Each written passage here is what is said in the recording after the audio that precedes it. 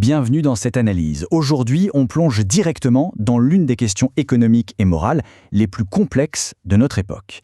Le sujet du jour mêle des avancées médicales absolument incroyables à des calculs mathématiques, disons-le, extrêmement froids. Mais c'est un carrefour absolument crucial pour comprendre l'avenir de notre santé publique. Alors, la question qui fâche. Comment peut-on seulement déterminer le prix économique d'une vie humaine? C'est vertigineux comme concept. Pour décortiquer ce casse-tête colossal qui donne des sueurs froides aux décideurs politiques, il faut d'abord s'ancrer dans le réel. Et ça commence par une histoire profondément humaine. Partie 1. L'histoire de Mila et la maladie rare. Pour vraiment saisir ce qui se joue ici, il est indispensable de s'arrêter sur le parcours de Mila. Une histoire à la fois déchirante et tellement inspirante. En 2010, c'est une petite fille qui naît, pleine d'énergie, incroyablement active. Mais ensuite, le cauchemar commence. Un déclin neurologique d'une rapidité foudroyante s'installe. Dès 2016, elle perd la vue et le diagnostic terrible tombe.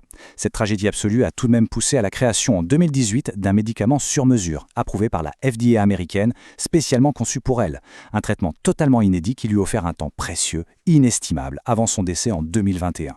Le diagnostic, c'était la maladie de Batten. Pour faire simple, c'est comme si le système de ramassage des ordures de la cellule, les fameux lysosomes, tombait en panne.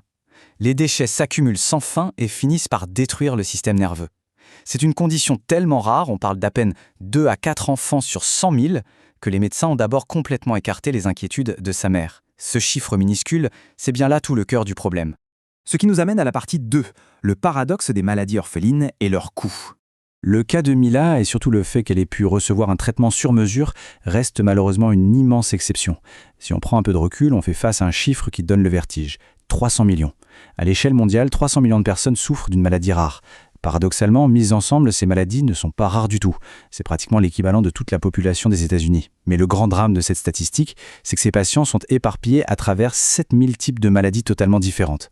C'est cette fragmentation inouïe qui donne naissance au terme très parlant de maladies orphelines. Ce sont des pathologies tout simplement abandonnées par l'industrie médicale au fil du temps. Pourquoi ? Tout simplement parce que les coûts de recherche et de développement pour un groupe de patients aussi minuscules sont astronomiques. Le résultat de cette équation est effroyable. 95% de ces maladies n'ont aujourd'hui absolument aucun traitement validé. Et pour bien comprendre cette barrière financière, prenons un exemple très concret, l'atrophie musculaire spinale. En 2020, une seule dose de traitement coûtait la somme incroyable de 2 millions de dollars. 2 millions! C'est le reflet parfait de cette impossibilité mathématique d'amortir des décennies de recherche fondamentale sur une toute petite poignée de patients. Partie 3. Science interconnectée. Des bénéfices pour tous. Face à des coûts pareils, on pourrait légitimement se dire pourquoi engloutir autant d'argent dans ces maladies ultra rares plutôt que